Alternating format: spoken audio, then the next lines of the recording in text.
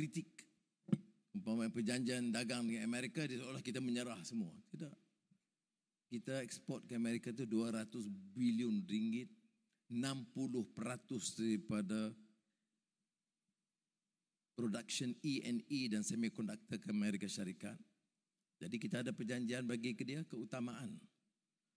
Tetapi ada clause, apa dia kita kata? Tidak ada mana-mana peruntukan dalam perjanjian dengan Amerika menghalang kita. Pertama, untuk memutuskan berdasarkan kepentingan keselamatan negara kita, terikat dengan undang-undang dan peraturan negara kita, dan hak kita menilai semula dan memberi notis untuk membatalkan. Tapi diserang betul-betul. Baca bagi habis. Itu selingan sedikit kerana isu ini hangat dibincangkan. Tapi kalau benar kita ini tunduk kepada Amerika, mengapa hari Ahad saya sign dengan Presiden Trump, hari Isnin kita sign dengan negara China?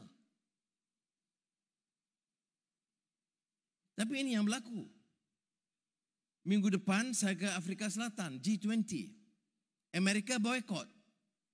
Saya hadir atas undangan Presiden Selatan Afrika. Saya tak tunduk kepada dasar luar Amerika. Kita ada dasar kita. Di Malaysia ini negara bebas, bermaruah dan merdeka.